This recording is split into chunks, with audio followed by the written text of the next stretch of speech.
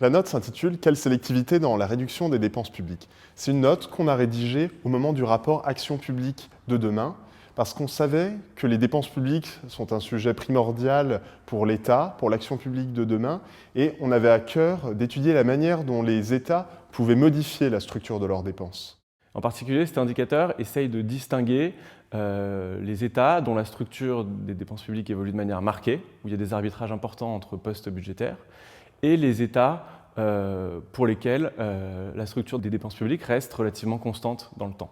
On a regardé ce qu'ont fait les pays européens entre 2009 et 2012, et on a essayé de voir si ces pays modifiaient la structure de leurs dépenses sur la période. C'est-à-dire si, en essayant de réduire ou de maîtriser leurs dépenses, ils favorisaient certains postes au détriment d'autres.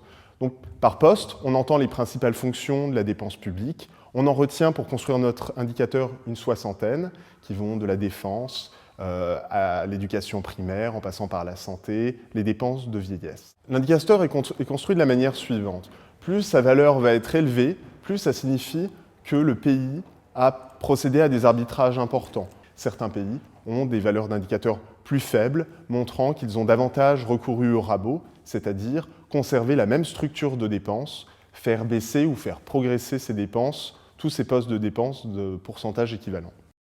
Un des constats qu'on fait quand on estime l'indicateur sur la période 2009-2012, c'est que les États qui ont fait le plus évoluer la structure de la dépense publique sont les pays de la zone euro qui ont été mis sous forte pression par les marchés et qui ont dû être mis sous programme d'assistance financière. Le second enseignement intéressant vient de l'exemple du Royaume-Uni, où là on a le cas d'un pays qui là aussi a opéré des choix très importants dans la structure de ses dépenses, qui a réussi à réduire ses dépenses publiques de manière assez substantielle, sans être sous la pression des marchés. S'agissant de la France, ce que révèle l'estimation de notre indicateur sur deux sous-périodes, 2004-2007 avant crise, 2009-2012 après la crise, c'est que la France en fait a une structure de ses dépenses publiques qui évolue très peu. En effet, à chaque fois elle arrive bonne dernière. Et ça, finalement, c'est assez peu étonnant vu que sur ces deux sous-périodes, la France en fait, a fait très peu évoluer ses dépenses publiques. Elle ne nous a ni vraiment réduites, ni vraiment augmentées.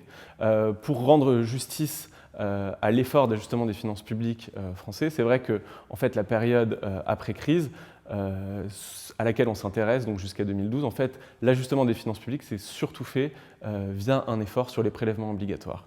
Et l'effort en dépenses ne commence en fait qu'aujourd'hui, notamment avec le pacte de responsabilité dans lequel s'est engagé le gouvernement et qui promet plus de 50 milliards d'économies sur la période 2015-2017.